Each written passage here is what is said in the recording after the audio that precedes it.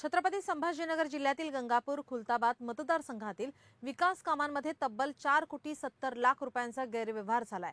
रस्ते, शाळा आणि आरोग्य केंद्र न बांधताच बिलं उचलली गेली, तसा आरोप आमदार प्रशांत बंब यांनी केलाय। पाहुयात याबाबतचा हा स्पेशल रिपोर्ट।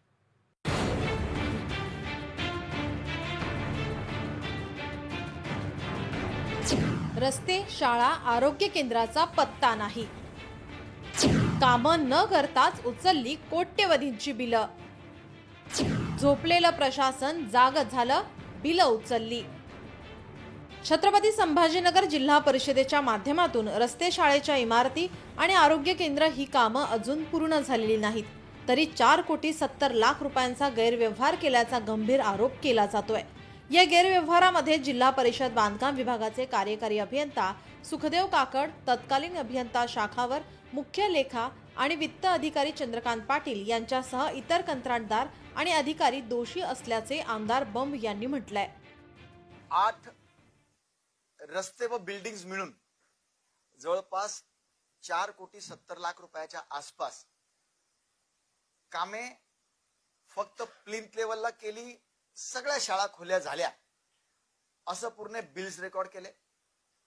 काही रस्ते एकही पैशाचं काम न करता पूर्ण कंप्लीशन सर्टिफिकेट देऊन 100% काम झालंय असे दस्तावेज तयार करून आणि बिल तयार करून म्हणजे एमबीज रेकॉर्ड केल्या आणि त्यावरचे बिलही तयार केले। कार्यकारी अभियंता काकड यांनी मात्र अनावधानाने चूक झाल्याचे मान्य केले असून चौकशीचा अहवाल 8 दिवसात येईल असं म्हटलं आहे। काही प्रमाणामध्ये माझ्याकडून ते चुका झालेल्या आहेत, त्याच्यावर आता शासन माझ्यावर कारवाई करणार आहे। काय होतं, बिल लिहिताना संबंधित शाखा अभियंता बिल लिहितात, उपअभियंता त्याला 100% चेकिंग दाखवते, फास्ट चेकिंग माझं असते। मार्च मध्ये बिल आलेले होते, मार्च मध्ये बिल आल्यामुळे मला जास्त वेळ मिळाला नाही साईटवर जायला आणि बघायला, त्याच्यामुळे अनावधानाने फास्ट चेकिंग केलेली आहे। जनतेच्या कष्टाचे 4.7 कोटी रुपये जनतेच्या सेवेसाठी न वापरता हा गैरव्यवहार झालाय। प्रशासनातील हलगर्जीपणा, भ्रष्टाचार आणि प्रणालीतील निष्काळजीपणाचे हे गंभीर उदाहरण आहे। कागदोपत्री कामे दाखवून प्रत्यक्षात काहीही न करता सरकारी निधीचा गैरवापर झाल्याचे या प्रकरणातून स्पष्ट होते।